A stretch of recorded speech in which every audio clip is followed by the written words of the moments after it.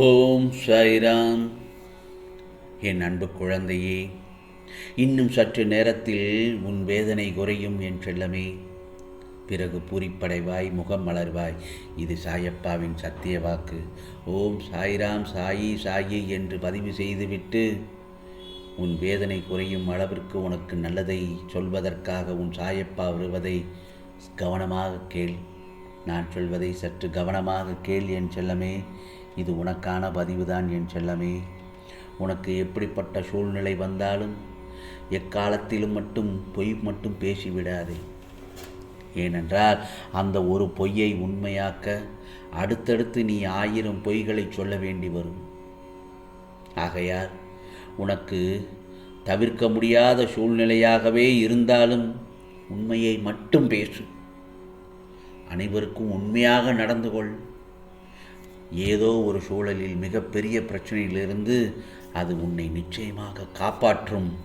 உன் வாழ்க்கை சிறப்பாகும். அந்த சமயத்தில் வாழ்க்கையில் நீ செல்வத்தை சேர்க்க ஆசைப்பட்டாலும் சரி, அதற்காக எத்தனை காலம் ஏங்கி நின்றாலும் சரி, ஒருபோதும் செல்வம் உன்னிடம் வந்து சேராது. மாறாக நீ உழைத்தால் மட்டுமே செல்வம் உன்னை தேடி வரும். ஆகையால் இன்றே உன் உழைப்பை துவங்கு. இந்த சாயப்பா என்றும் உனக்கு துணையாக வருவேன் என் செல்லமே. வாழ்க்கையில் பொன்னையும் பொருளையும் பணத்தையும் தேடி உன் மனதை வீணாக அலைய விடாதே. உன்னுடைய துன்பங்களும் உன் மனமும் எப்பொழுதும் பக்தியுடனும் இறை நம்பிக்கையுடனுமே இருக்கட்டும். சாயி சாயி என்று. அப்பொழுதுதான் உன் மனம் எந்த விதமான குழப்பமும் இல்லாமல் அமைதியாகவும் கவலையற்று இருக்கும் என் செல்லமே. உனக்கு என்ன வேண்டுமோ, என்ன தேவையோ அதை நீ என்னிடம் கேட்டு விட்டாய். இனி அது பற்றி கவலையை விட்டுவிடு. பிறகு உன் வேலையை மட்டும் பார்த்து கொண்டே இரு.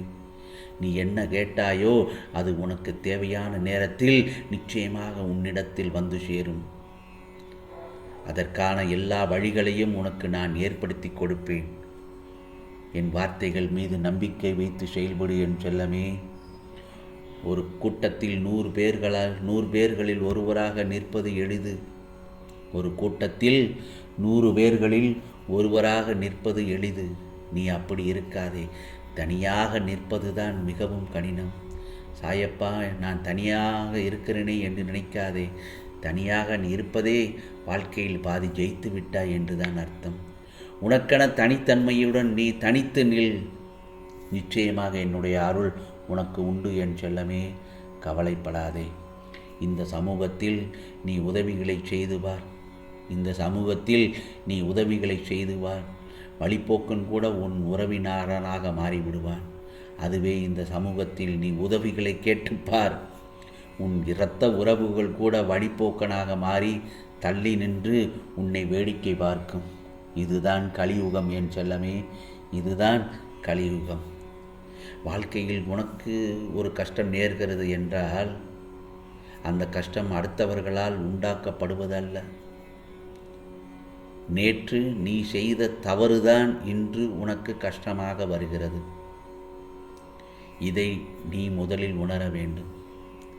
அதே சமயத்தில் நீ யாருக்கும் தீமை செய்யாமல், தவறுகள் ஏதும் செய்யாமல் நல்ல மனிதனாக இருக்கும் பட்சத்தில் வாழ்க்கையில் கஷ்டங்கள் ஏதுமின்றி நீ மகிழ்ச்சியாக வாழ முடியும் என்பதை மனதில் நிறுத்திக்கொள் என் செல்லமே. மனதில் நிறுத்திக்கொள். உனக்கு நான் கஷ்டங்களை கொடுத்து கொண்டிருக்கிறேன் என்று எண்ணி வருத்தப்படாதே, கலங்காதே. நான் அதை உனக்கு கொடுப்பது உன்னை பரிசோதிக்க அல்ல.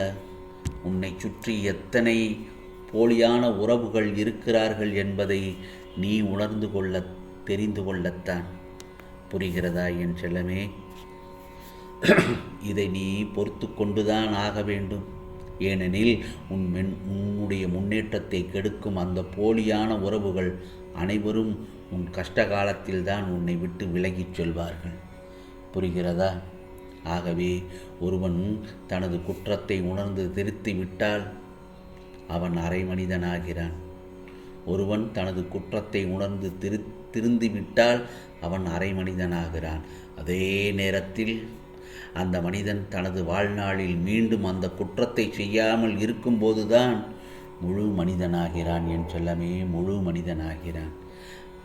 வாழ்வில் உனக்கு ஏற்படும் தோல்வி, ஏமாற்றம், வலி இவைகளை கண்டு பயந்து போய் நீ உன் கடமைகளிலிருந்து தவறிவிடாதே. நீ உன் கடமைகளிலிருந்து தவறிவிடாதே. அந்த பயம்தான் உனக்குள் இருக்கும் நம்பிக்கையை அழித்துவிடும். அந்த பயம்தான் உனக்குள் இருக்கும் நம்பிக்கையை அழித்துவிடும். என் செல்லமே, உனக்கு எந்த சூழ்நிலை வந்தாலும் நீ பயப்படாமல் தைரியமாக அதை எதிர்கொண்டு தன்னம்பிக்கையோடு உன் கடமைகளை செய். தன்னம்பிக்கை உள்ளவர்கள் வாழ்வில் தோற்பதில்லை. தன்மேல் நம்பிக்கை இழந்தவர்கள் வாழ்வில் ஜெயித்ததும் இல்லை. புரிகிறதா? ஆகவே உன் சாயப்பா நான் சொல்வது என்ன தெரியுமா? நீ தவறேதும் செய்யாத பட்சத்தில் உன்னை நோக்கி ஒரு பிரச்சனை வரும்போது அதை கண்டு நீ பயப்படக்கூடாது. என்ன செய்ய வேண்டும்? அமைதியாக இருக்க வேண்டும். ஏனெனில் அந்த பிரச்சனையை யார் உருவாக்கினாரோ அவர்தான் அதற்கான தீர்வையும் வைத்திருப்பார். புரிகிறதா? ஆம் செல்லமே, 100 நண்பர்களை நீ உருவாக்குவது என்பது பெரிய அதிசயமாகாது.